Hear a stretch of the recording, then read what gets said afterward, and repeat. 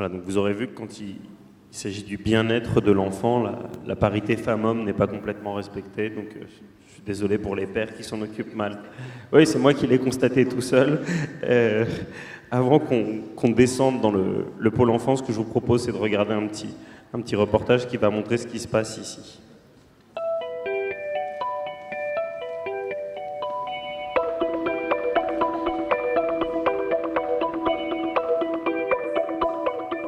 Au CHU de Reims, on a diverses activités pédiatriques et mon rôle, c'est vraiment d'apporter le petit plus dans l'hospitalisation des enfants pour qu'ils se sentent vraiment en sécurité avec les soignants, pour qu'ils se sentent en confiance avec nous et qu'on puisse vraiment leur apporter en plus des soins, des activités vraiment de jeu, de distraction, d'amélioration de la prise en charge de la douleur. Ça, c'est un gaz magique, d'accord? Je vais te mettre sur le nez, tu vas respirer. Est-ce que la tête elle tourne? Ça peut te donner envie de rigoler aussi. Et puis parfois, tu peux peut-être voir des choses un petit peu bizarres, comme des animaux. C'est ce qu'on appelle le gaz hilarant, enfin un langage au courant, qui est un mélange d'oxygène et de protoxyde d'azote à 50-50. L'enfant le respire pendant 3 minutes avant qu'on commence le geste douloureux. Sans tellement savoir pourquoi.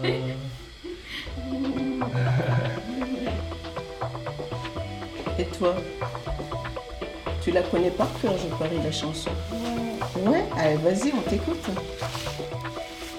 On va vraiment s'adapter à la pathologie de l'enfant, à son âge, et puis on va essayer de le distraire pendant le soin. On a formé énormément de personnel à la prise en charge de la douleur qui est très spécifique chez l'enfant. On a formé les soignants à l'hypnoanalgésie, donc aux séances d'hypnose, qu'on utilise vraiment pour des soins très ponctuels mais qui sont douloureux, genre lors de l'accueil en urgence d'un enfant et qu'il a besoin de suture. On va vraiment utiliser l'hypnoanalgésie qui marche très bien sur l'enfant. Alors ce que ça apporte à l'enfant, c'est vraiment qu'il puisse mieux vivre son hospitalisation sans qu'il soit complètement dans un univers inconnu. On essaye au maximum de ne pas le séparer de ses parents, c'est-à-dire qu'on va favoriser la présence parentale la nuit auprès de l'enfant, quand les parents le souhaitent. Il n'y a pas d'horaire de visite par exemple. Le petit plus aussi qu'on peut apporter lors des soins, c'est les séances de musicothérapie. Pour des enfants qui ont des pathologies plus lourdes par exemple, qui ont besoin d'avoir des temps d'hospitalisation plus longs, où là on va vraiment essayer de le détendre par le biais de la musique, par le biais du chant, où la musicothérapeute travaille vraiment sur des séquences adaptées à l'enfant qu'elle a en termes de prise en charge, par rapport à son âge, par rapport à sa pathologie et par rapport aussi à sa résistance à la fatigue. Donc elle va vraiment s'adapter à l'enfant pour faire une séance personnalisée. Regarde-les passer ainsi. C'est là. Elle se balance. Attention. C'est là. Au son des grelots. On essaye de faire entrer toute la culture à l'hôpital, c'est-à-dire qu'on travaille en partenariat avec la ville pour ce qui est fait en termes de spectacle, en termes de concerts, puisse aussi rentrer à l'hôpital. On essaye de développer également tout ce qui est accès lecture, parce que pour l'enfant c'est important. Alors pour les enfants qui peuvent participer, on essaye de développer au maximum les partenariats avec des associations, soit nationales, soit locales, pour que les enfants puissent avoir des activités d'animation.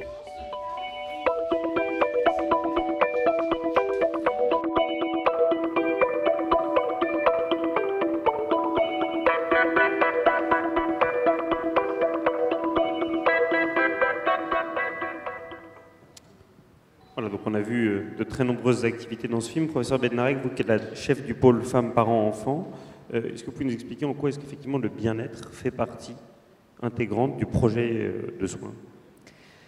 Alors c'est une vaste question, on va avoir beaucoup de temps pour y répondre. Le bien-être, c'est évident, c'est déjà la douleur, régler le stress. Alors c'est le stress des parents, c'est le stress de l'enfant, parce que le stress des parents peut vraiment retentir sur la prise en charge de l'enfant. Donc le bien-être est important pour pouvoir offrir des soins de qualité et en particulier chez les tout petits qui ne sont pas raisonnés. Alors, dans le film, on voit surtout des activités majoritairement culturelles, différents types d'anesthésie aussi qui existent, mais qui sont centrées sur les enfants. Puisque vous parliez des parents, comment est-ce qu'on détend les parents alors ? Alors, les parents, déjà, quand l'enfant est bien, les parents sont déjà moins inquiets. Je pense qu'aussi, avec les parents, on a notre rôle à jouer en tant que médecin et soignant dans une annonce, dans une communication. Oui, la communication est extrêmement importante. Et puis, expliquer ce qui va se passer à l'enfant et nous aussi avancer dans un degré de gravité ou pas d'ailleurs. Donc beaucoup d'écoute, communication et puis prendre en charge l'enfant pour pas qu'il ait mal, pour pas qu'il soit stressé. L'environnement visuel compte beaucoup. Quand on visite votre service, évidemment il y a beaucoup de couleurs, il y a beaucoup de jouets. Il y a une ambiance musicale adaptée. Tout ça, dans le nouveau bâtiment, c'est encore, ça a été très mis en avant.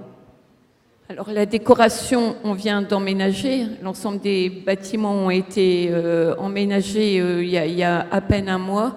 Donc évidemment, la décoration, on y réfléchit à plusieurs pour que ça soit aussi homogène. Mais en effet, tout l'environnement est à prendre en compte avec une décoration adaptée à l'enfant et puis aux âges des enfants également. À la fin du reportage, on voyait les activités culturelles. Vous disiez que vous travaillez avec de nombreuses associations et autres. On va entendre parler une musicothérapeute dans quelques instants, mais en quoi est-ce que le recours aux activités culturelles, ça sert le bien-être ? Est-ce que c'est plus pour les enfants ou plus pour les parents du coup ? Ça peut être pour les deux. Quand vous regardez un dessin animé avec votre enfant, vous le voyez aussi et vous avez beaucoup de plaisir. Donc, toutes ces activités sont importantes. Elles sont adaptées à l'âge. Certains adolescents préféreront des activités culturelles. Donc, en effet, il en faut pour tous les âges. Alors, on va regarder les projets qui sont existants et puis ceux à venir, parce que je crois qu'il y a des projets de casques virtuels. Isabelle Daligo, vous qui êtes cadre supérieur de santé, est-ce que vous pouvez nous dire un peu ce qui existe aujourd'hui au sein du service ? Alors, comme Madame Benanarik le disait, en fait, tout ce qui est décoration, c'est encore en réflexion.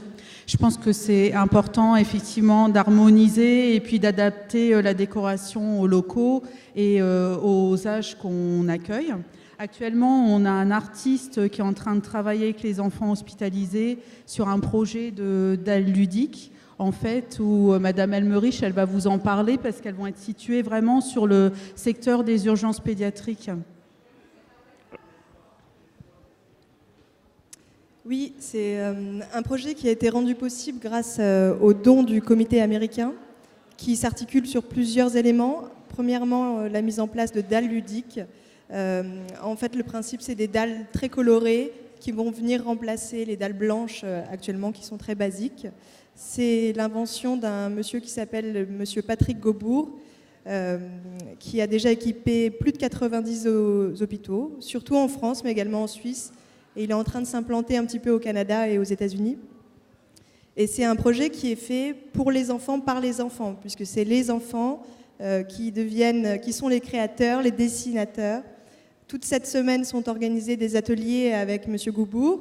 Tous les enfants hospitalisés de 4 ans à 18 ans peuvent venir faire des dessins, faire de la peinture. Il y a des créations aussi à partir de gommettes.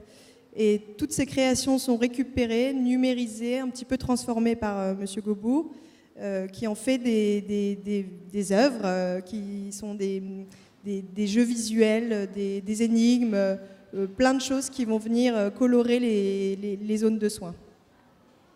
Peut-être quelques mots sur la prise en charge de la douleur. Pour ceux qui ne savent pas, je suis obligé de me relire ce qu'est l'hypnoanalgésie.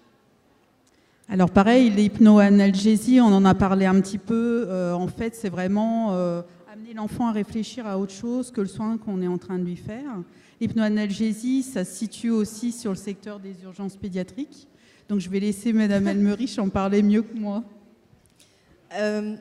L'hypnoanalgésie, on en voit un petit bout effectivement dans le film avec une de nos infirmières qui est en train de faire une séance à une petite fille pendant un pansement de brûlure.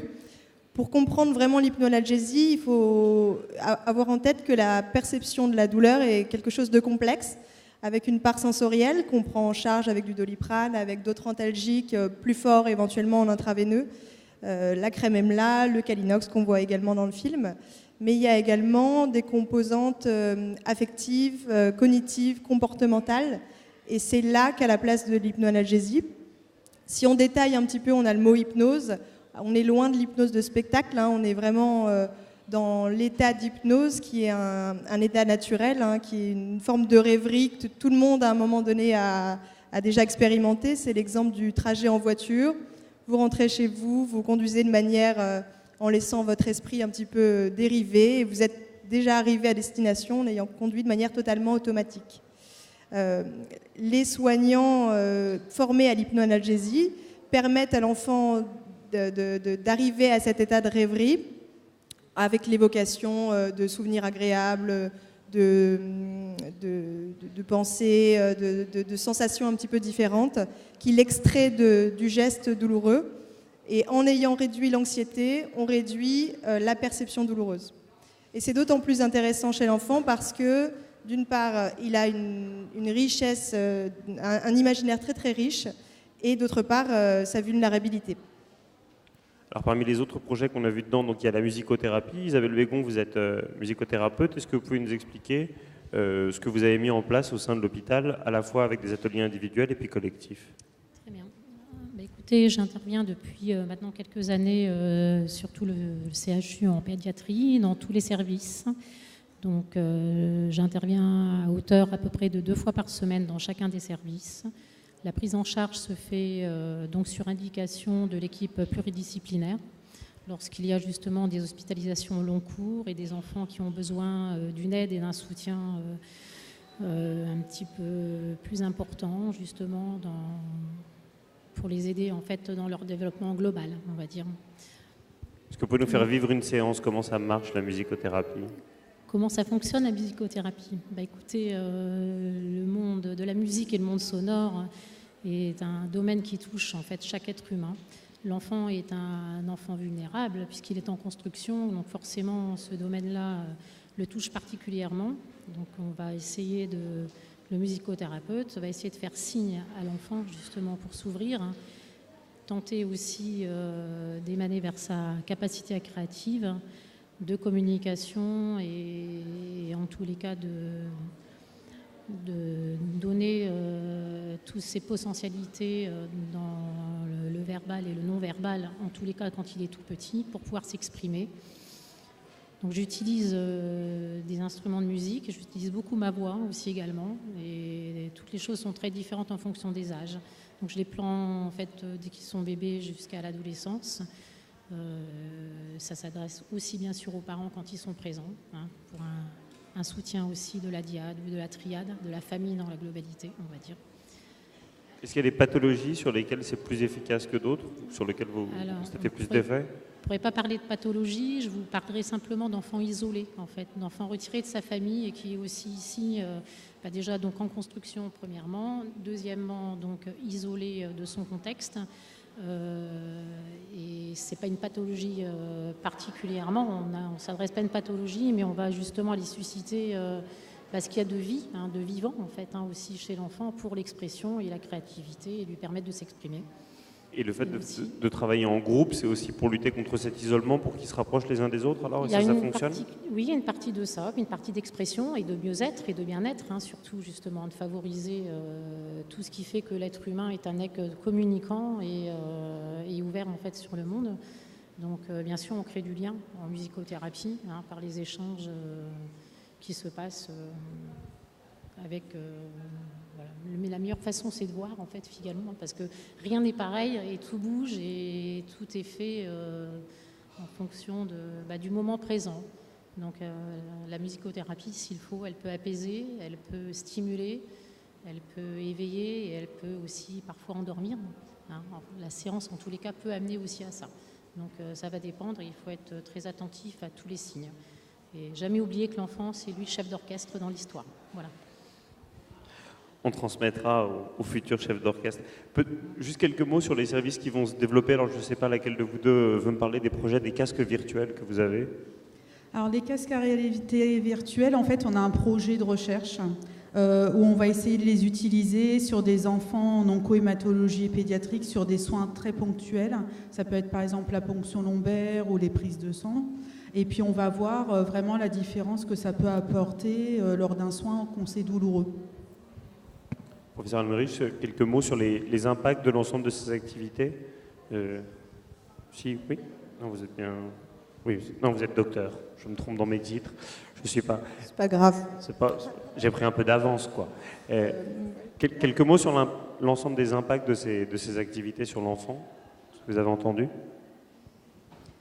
L'ensemble des impacts, c'est ce qu'on disait tout à l'heure. Je pense, c'est de toute façon intéressant à l'hôpital d'être dans un environnement chaleureux, rassurant et englobant, et encore plus en pédiatrie où le bien-être de l'enfant est vraiment au centre de toute la prise en charge, et on veut qu'il se sente rassuré dès le départ, dès l'arrivée aux urgences, pendant l'hospitalisation. Voilà. Peut-être, professeur Bednarek, pour conclure, quelques mots sur quelque chose sur lequel les Français ne sont pas très bons, à savoir la confiance. Je rappelle qu'il y a un best-seller qui était sorti qui s'appelait « La société de la méfiance » en parlant de la France. Vous, en quoi est-ce que la confiance dans les équipes médico-soignantes est un élément clé de votre secteur ? Alors, c'est aussi une vaste question. Décidément, la confiance des parents, la confiance des enfants, elle est absolument indispensable, encore plus en pédiatrie, parce qu'on va suivre des enfants au long cours qui vont avoir de multiples hospitalisations. Donc, si on vient à l'hôpital en n'ayant pas confiance ou en ayant peur ou en étant anxieux, on ne fait pas bien notre travail. Donc cette confiance est indispensable pour la relation médecin-patient, clairement. Est-ce qu'on a fait le tour ? Je pense que oui. Merci beaucoup à toutes les quatre. Merci beaucoup.